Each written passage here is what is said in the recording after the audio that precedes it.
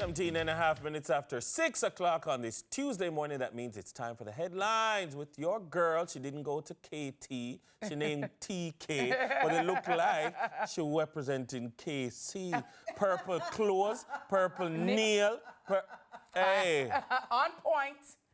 On point. Through the KC people that are coming today, I represent. Why didn't it just cut the color? I'm just asking. Compliments I'm just her asking. As a old Marian, I want everybody to understand that there's no organization that owns a color. Okay? Tell I know them. that might be hard to hear. Let me hold your hand and tell you.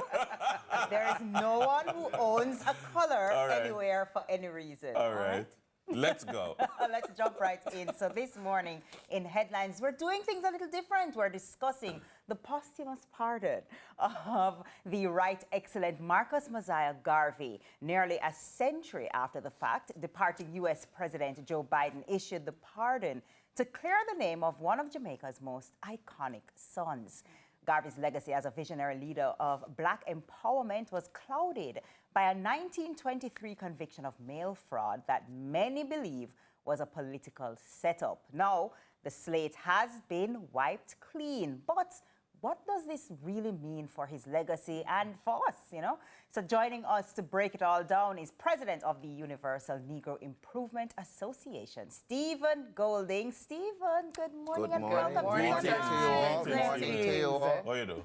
I'm good. Nice. You know, Stephen, I want to jump in because I remember a lot of what I understand about this. I learned from you way back, maybe 2006, 2005, them time there. It's been a long road. Yes. And you've always been very clear on what these charges mean or meant for the legacy.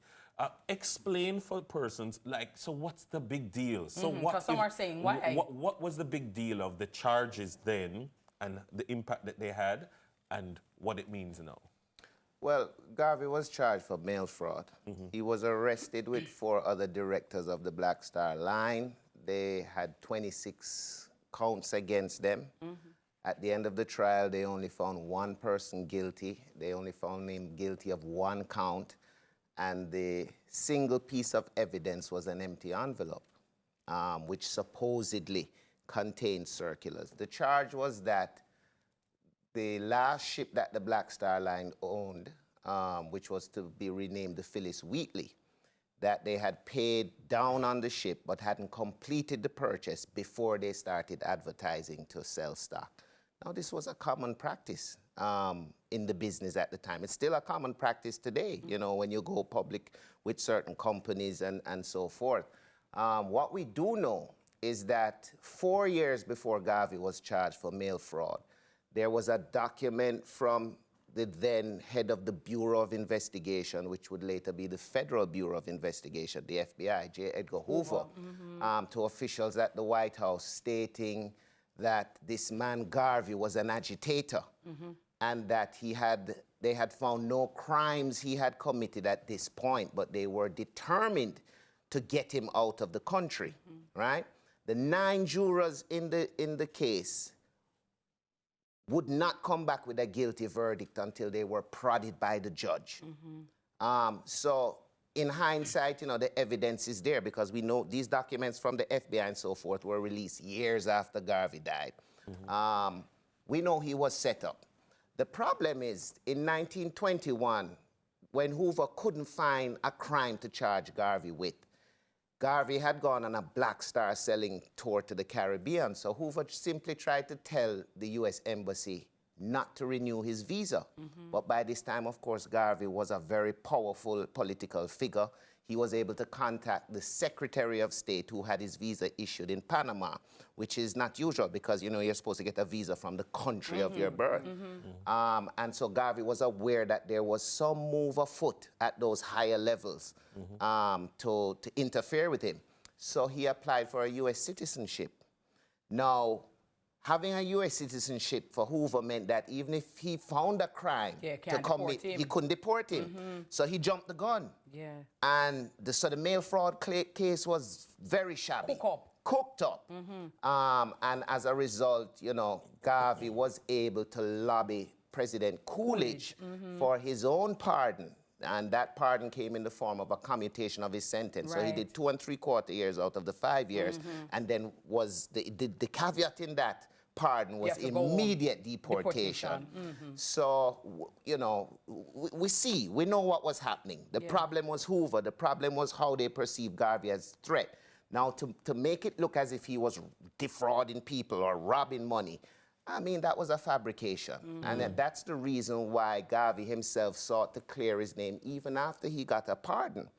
What we got on Sunday really was a second pardon. But there's nothing higher you can get from the office of the U.S. president. U.S. presidents do not have the power to exonerate. You know, the courts can exonerate you, but that's a little difficult when it's a posthumous exoneration and 100 years after the case.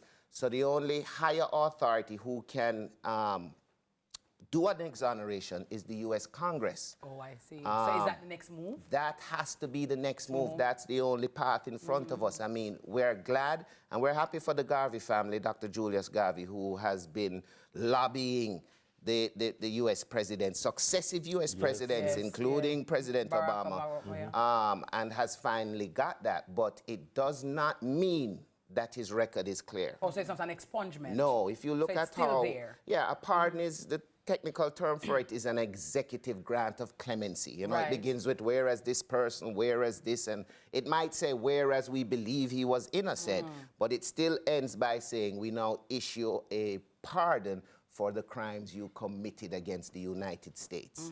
And that So we need to make it that it is declared that there were no crimes no committed. crimes. The evidence of the Hoover's interference, the trail of the evidence showing that, you know, they were after Garvey even before they charged him for mail fraud. That needs to be gone over by the U.S. Congress, and they simply need to vote and say, okay, we affirm this man's innocent. We know he was targeted, and we acknowledge the fact that the U.S. government was wrong. What will that take, though? What does that look like? Because we've often heard about the pardon. Now we get the pardon. People are saying, so no, don't know, all right? But why can't we don't know? And how do we now approach or lobby U.S. Congress to get the full exoneration? People need to understand first the difference between a pardon and an exoneration. The attempt to have the U.S. Congress exonerate Garvey was tried in 1987 by Harlem Congressman Charlie Rangel. And it kind of got boxed around. I mean, the U.S. Congress is a huge Congress dealing with a lot of things. Fell off the table.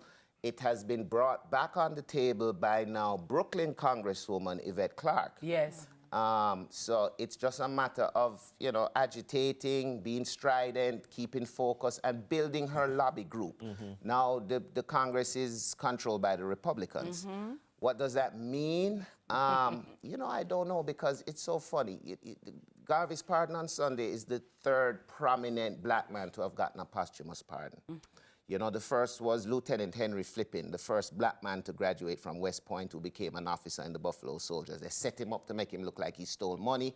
He got a dishonorable discharge. For decades, his family lobbied the government. In '99, Clinton granted one. The second one was Jack Johnson, and that was championed by Senator John McCain before he died, and signed by President Trump, right? So this is the third one now, Marcus Garvey. Biden. Biden has signed it, but nobody else has tried to get an exoneration through the U.S. Congress. But Flippin in 1999 was the first person for a U.S. president to pardon posthumously. So it was a black man breaking barriers. Yes, again. We think we can break barriers with Garvey. This move by Biden gives us some momentum. It puts it, you know, it's like an alley hoop. And so we got to continue till we get the slam dunk. Nice. I love it. Well, I'm happy about it and grateful for it. At least it's still at the forefront. We're not going away, you know, because people think, oh, it's after 100 years now, Stephen, come on. Finish now, it don't matter anymore. Listen, remember the Jamaican government in 2018 exonerated Garvey, you know, because we had put him in jail too on some trumped-up contempt of court charges in 1929. And when the lobbying efforts against the U.S. government started, again by Dr. Julius Garvey, it caused us to genuflect and reflect on, well, but we have a charge on him here too, so how we can be pressuring the U.S. government. And so the Jamaican government had to do an act of parliament. But wasn't something done by former Prime Minister Seaga? No, Seaga had lobbied the U.S. government. We hadn't cleared his name here. But, you know, those charges were done by the colonial government, not the independence government of Jamaica. But it's still on the record. Right. And so an act of parliament not only cleared Garvey, but, you know, William Gordon, Sam Sharp, the Freedom. We did it, everybody in one. So we've laid a roadmap for the U.S. Congress to follow, because they can do same. Let me ask you quickly, Stephen, we're on the cusp of Black History Month. Where can we learn more about Garvey? Because I know now in schools, I'm assuming that, you know, children are learning and talking about Garvey. Because oftentimes, you know, we have our heroes, don't really talk about them until Heroes Day. But now, where can we get some more information so we can learn about Garvey? There's so many mediums, there's so many streaming platforms. These generation is glued to their screens, whether it's their phone, their laptop, their television. And interestingly enough, and we just screened it in Mobay, there's the first movie about Marcus Garvey is out. It's a 40-minute short film. It's the first narrative film on Garvey. There have been documentaries on Garvey. There have been films that parody Garvey using another name, most of them making him look like a buffoon or a charlatan or a thief. For the first time, a group out of the United States, it's written by Samuel Lee Fudge. He plays the lead role. He's in Jamaica right now, leaving today. Staunch image of Garvey. And they did a 40-minute film that focuses not on his entire life, but interestingly enough, the trial for the mail fraud in 1923. And it was, you know, I've been in consultation with them. It was doing the research for that film that I found out a lot more things, like the fact that the jurors had written to the president after the conviction saying, release this man. So I'm just showing you there's more evidence for the Congress to act on, but the film is a great way for young people to have an entertaining way of getting the history. We did an interview. You know? Yeah, we did an interview some time ago. Messiah, because they played at a film festival. Nice. So what, we'll never go watch the film. We watched it, Stephen, we watched it. And we're going to watch it this weekend. But It's Stephen, on Amazon Prime for Black History Month. Very well. Awesome. Thank you so very much. Thank you. Our guest this morning, Stephen Golding, such a knowledgeable man and one of the staunch representatives of Marcus Garvey and Garveyism, and definitely a man for whom I have a lot of respect. Really thank you for sharing with us, Stephen. I sincerely appreciate it. And of course, he is also the president of the Universal Negro Improvement Association. After the break, we're grabbing our glue guns and unlocking our creative side in Skill Safari. Unlock your side, no. But keep it locked right here Glue to gun. Sunrise. All Glue right. gun, keep your eyes glued. Yeah, to sleep.